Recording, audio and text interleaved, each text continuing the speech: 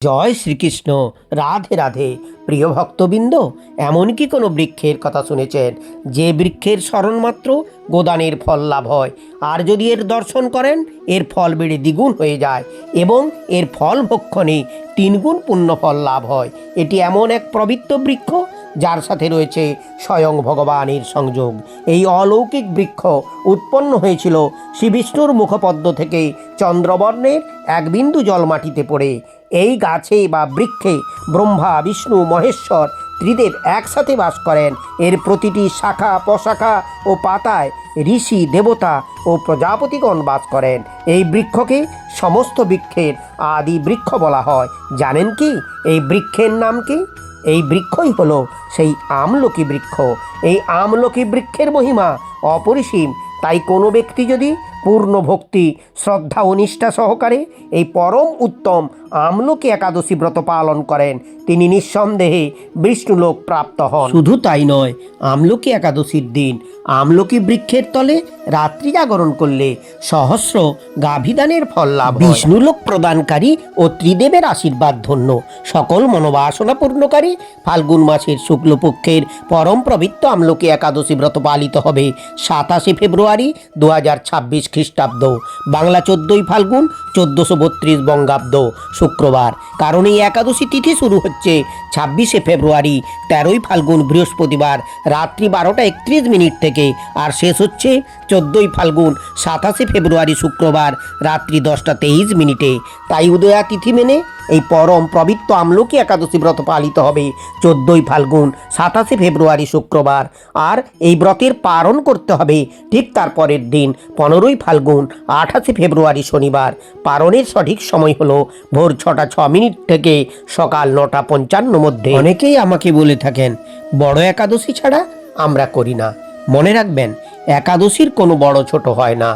ভক্তদের কাছে সকল একাদশীই শ্রেষ্ঠ এবং প্রত্যেক একাদশীর যেমন আলাদা আলাদা মাহাত্ম্য রয়েছে, তেমনি ফলও রয়েছে আলাদা। অতএব সকলেই সমস্ত একাদশী ব্রত পালন করুন। একাদশী শুরুর আগে অবশ্যই সংকল্প মন্ত্র পাঠ করে শুরু করবেন। একাদশীর সংকল্প মন্ত্র: একাদশাং নিরাহার স্থিতা ওহম অপরেহনি ভক্সামি পুণ্ডরীকাক্ষং শরণং মে ভবাচ্যুত। মনে রাখবেন, সংকল্পের মতো পারণও কিন্তু একাদশী ব্রতের অবশ্য করণীয় কাজ। পারণ না করলে একাদশী ব্রতের সম্পূর্ণ ফল কখনোই পাওয়া যায় না। একাদশী ব্রতের পারণ মন্ত্র: অজ্ঞান তিমিরান্ধস্য ব্রতে নানেন কেশব প্রসিদ সুমুখ নাথ জ্ঞান দৃষ্টি প্রদ ভব। স্বাস্থ্যকার বিদ্গণের মতে আপনি যদি এই ব্রতের ফল অক্ষয় সঞ্চয় করে রাখতে চান, তাহলে আপনাকে অবশ্যই শ্রদ্ধা, ভক্তি ও নিষ্ঠার সাথে সফলভাবে এই একাদশী ব্রত পালন করতে হবে। তবে যে সমস্ত ব্যক্তি এই একাদশী ব্রত পালনে অক্ষম এবং যে সমস্ত ব্রত পালনকারী শুদ্ধ চিত্তে মনোযোগ সহকারে এই ব্রতের ব্রতমাহাত্ম্য পাঠ বা শ্রবণ করেন, তিনি অনায়াসেই বিষ্ণুলোক প্রাপ্ত হন এবং শ্রীহরির আশীর্বাদে তার জীবন ধন্য হয়। তাহলে আসুন এখন আমরা সকলে মিলে শুদ্ধ চিত্তে মনোযোগ সহকারে ভক্তি ও নিষ্ঠার সাথে আমলকি একাদশী ব্রত মাহাত্ম্য শ্রবণ করি। যুধিষ্ঠির বললেন, হে কৃষ্ণ, মহাফলদাতা বিজয় একাদশীর কথা শুনলাম। এখন ফাল্গুন মাসের শুক্লপক্ষের একাদশী যে নামে বিখ্যাত তা বর্ণনা করুন। শ্রীকৃষ্ণ বললেন, হে মহাভাগ যুধিষ্ঠির, মান্ধাতার প্রশ্নের উত্তরে মহাত্মা বশিষ্ঠ এই একাদশীর মহিমা কীর্তন করেছিলেন। আপনার কাছে এখন আমি সেই কথা বলছি। এই একাদশীর নাম আমলকি। বিষ্ণুলোক প্রদানকারী রূপে এই একাদশী বিশেষভাবে মহিমান্বিত। একাদশীর দিন আমলকি বৃক্ষের তলে রাত্রি জাগরণ করলে সহস্র গাভিদানের ফল লাভ হয়। হে পাণ্ডুনন্দন, পূর্বে ব্রহ্মার রাত্রিতে দৈনন্দিন প্রলয় উপস্থিত হলে স্থাবর জঙ্গম সহ দেবতা, অসুর ও রাক্ষস সব কিছুর বিনাশ হয়। তখন ভগবান সেই কারণ সমুদ্রে অবস্থান করেন। তার মুখপদ্ম থেকে চন্দ্রবর্ণের এক বিন্দু জল ভূমিতে পড়ে। সেই জলবিন্দু থেকে একটি বিশাল আমলকি বৃক্ষ উৎপন্ন হয়। এই বৃক্ষের স্মরণমাত্র গোদানের ফল, দর্শনে তাহার দ্বিগুণ এবং এর ফলাবক্ষণে 3 গুণ ফল লাভ হয়। এই বৃক্ষে ব্রহ্মা, বিষ্ণু ও মহেশ্বর সর্বদা অবস্থান করেন। এর প্রতিটি শাখা, প্রশাখা ও পাতায় ঋষি, দেবতা ও প্রজাপতিগণ বাস করেন।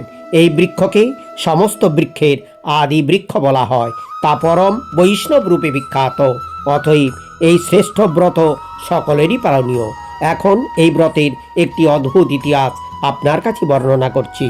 প্রাচীনকালে বৈদিশ নামে এক প্রসিদ্ধ নগর ছিল। এই নগরে চৈত্ররথ নামে এক রাজা রাজত্ব করতেন।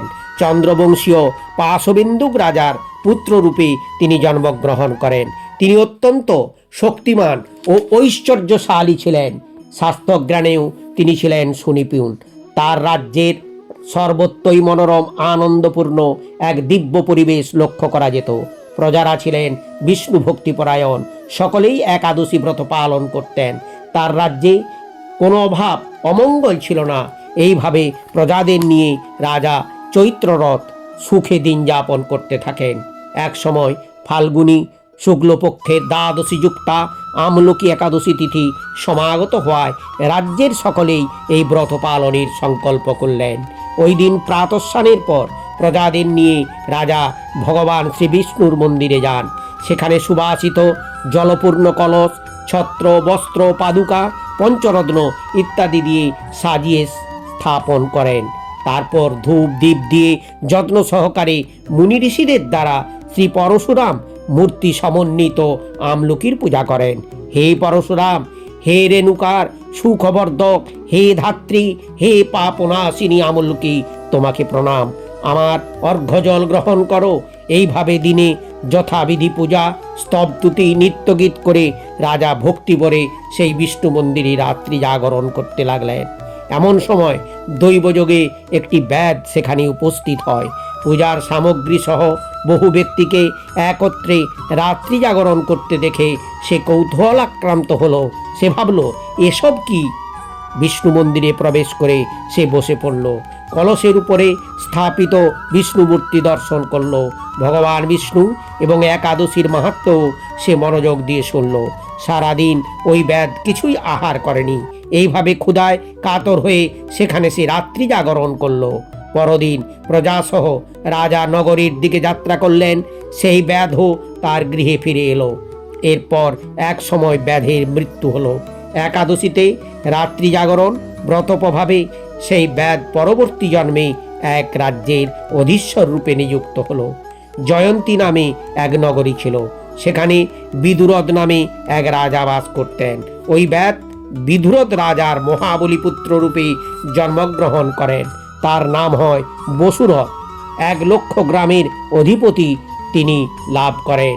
তিনি ছিলেন সূর্যের মতো তেজস্বী, চন্দ্রের মতো কান্তিমান এবং পৃথিবীর মতো ক্ষমাশীল। বিভিন্ন সদ্গুণে ভূষিত বসুরথ পরম বিষ্ণু ভক্তিপরায়ণ হন। এই মহাদাতা রাজা একবার শিকার করতে গিয়ে পথ ভুলে যান। গভীর জঙ্গলের মধ্যে ক্ষুধায় পীড়িত হয়ে তিনি ক্লান্তিবশত শুয়ে পড়েন। এমন সময় কতগুলি পর্বত নিবাসী ম্লেচ্ছ রাজার কাছে এসে নানাভাবে উৎপীড়ন করতে থাকে। রাজাকে তাদের শত্রু বলে মনে করে তারা তাকে হত্যা করতে চেষ্টা করে। পূর্বেই রাজা আমাদের পিতা, মাতা, পুত্র, পৌত্র সবাইকে মেরে ফেলেছে, আমাদের ঘরছাড়া করেছে। এই রকম বলতে বলতে ম্লেচ্ছরা রাজাকে হত্যা করতে উদ্যত হয়। তারা বিভিন্ন অস্ত্রশস্ত্রই তাকে আঘাত করতে থাকে, কিন্তু আশ্চর্যের বিষয় তাদের সকল প্রচেষ্টা ব্যর্থ হয়। রাজার কোনো ক্ষতি তারা সাধন করতে পারেনি। তখন রাজার শরীর থেকে নানা অলঙ্কারে বিভূষিতা এক পরমা সুন্দরী স্ত্রী মূর্তি আবির্ভূতা হন। মহাশক্তিধারিণী ওই নারী অল্প সময়ের মধ্যেই সকল পাপী ম্লেচ্ছকে নিধন করল। রাজার নিদ্রাভঙ্গ হলো।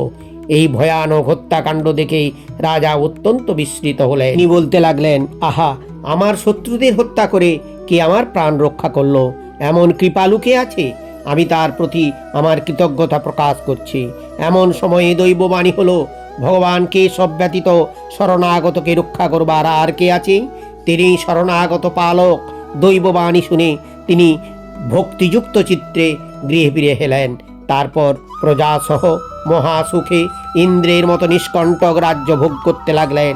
বশিষ্ঠ বললেন, হে রাজন, যে মানুষ এই পরম উত্তম আমলকি একাদশী ব্রত পালন করেন তিনি নিঃসন্দেহে বিষ্ণুলোক প্রাপ্ত হন। প্রিয় ভক্তবৃন্দ, এখন আমরা জানব একাদশী ব্রত কি, কিভাবে এই ব্রত পালন করা উচিত। মনোযোগ সহকারে শেষ পর্যন্ত শ্রবণ করুন। মনে রাখবেন, দুর্লভ এই মনুষ্য জন্মে শুদ্ধ চিত্তে শ্রদ্ধা ভক্তি ও নিষ্ঠা সহকারী মানুষ সকল পাপ থেকে মুক্তি লাভ ও মোক্ষ লাভের জন্য পঞ্চ জ্ঞানেন্দ্রিয়, পঞ্চকর্মেন্দ্রিয় এবং মন, এই একাদশ ইন্দ্রিয়কে ভগবান শ্রী রাধা কৃষ্ণের শ্রীচরণে সমর্পণ করে ধর্মপরায়ণ মানুষ যে ব্রত পালন করে তাকেই একাদশী ব্রত বলে। আর ব্রত পালনকারী কিছু নিয়ম মেনে একাদশী ব্রত পালন করলে অনেক ভালো ফল লাভ করতে পারেন। ব্রত পালনের সঠিক নিয়ম: 1. ব্রতের আগের ও পরের দিন শুধু নিরামিষ নয়, সাত্ত্বিক আহার গ্রহণ করুন। 2. ব্রতের দিন ব্রহ্ম মুহূর্তে প্রাতঃ স্নান করে তিলক ধারণ, সংকল্প মন্ত্র পাঠ করে, তুলসী জলদান, তুলসী মহারানী ও রাধা কৃষ্ণের সেবারতি করে হরে কৃষ্ণ মহামন্ত্র নাম জপ করতে করতে তুলসী পরিক্রমা করে ব্রতের প্রাথমিক কাজ শুরু করুন। ব্রতের সংকল্প মন্ত্র: একাদশাং নিরাহার স্থিতা ওহম অপরেহনি ভক্সামি পুণ্ডরীকাক্ষং শরণং মে ভাবাচ্যুত। 3. ব্রতের সংকল্প মন্ত্রেই ব্রতের দিন নিরাহার বা নির্জলা থাকার কথা বলা হয়েছে। এটা করতে পারলে খুব ভালো। আর নিরাহারে না থাকতে পারলে ব্রতের দিন কেবলমাত্র আমিষাহারই বর্জন করবেন তাই না, এই দিন পঞ্চরবি শস্য ধান, গম, যব, ডাল, সরিষা এবং পঞ্চরবি শস্য জাত দ্রব্য সম্পূর্ণরূপে নিষিদ্ধ। কারণ ভগবান শ্রীবিষ্ণুর আশীর্বাদে একাদশী তিথিতে পাপপুরুষ বাস করেন এই পঞ্চরবি শস্যের মধ্যে। তাই এই দিন এই 6টি দ্রব্য আহার করলে ব্রত পালনে অনেক ভালো ফল লাভ করা যায়। ফলমূল: মূলের মধ্যে নিরামিষ মূল, ঔষধ, জল, দুধ এবং দুগ্ধজাত দ্রব্য। 4. একাদশীর দিন অবশ্যই সর্বক্ষণ মনে মনে হরিনাম মহামন্ত্র জপ করুন। হরে কৃষ্ণ কৃষ্ণ কৃষ্ণ হরে হরে, হরে রাম রাম রাম হরে হরে, অর্থাৎ হাতে কাম মুখে নাম। আর একাদশীর দিন গরিব, অসহায়, দরিদ্র মানুষকে আপনার সাধ্যমতো অন্ন, বস্ত্র ইত্যাদি দান করুন। 5. সন্ধ্যায় তুলসী তলায় রাধা কৃষ্ণের বিগ্রহের সামনে সন্ধ্যা আরতি, গীতা পাঠ, হিন্দু পুরাণ সহ নানা ধর্মশাস্ত্র পাঠ ও হরে কৃষ্ণ মহামন্ত্র নাম জপ করতে করতে তুলসী পরিক্রমা এবং অবশ্যই এক মনে একাদশী ব্রত মাহাত্ম্য পাঠ বা শ্রবণ করুন। 6.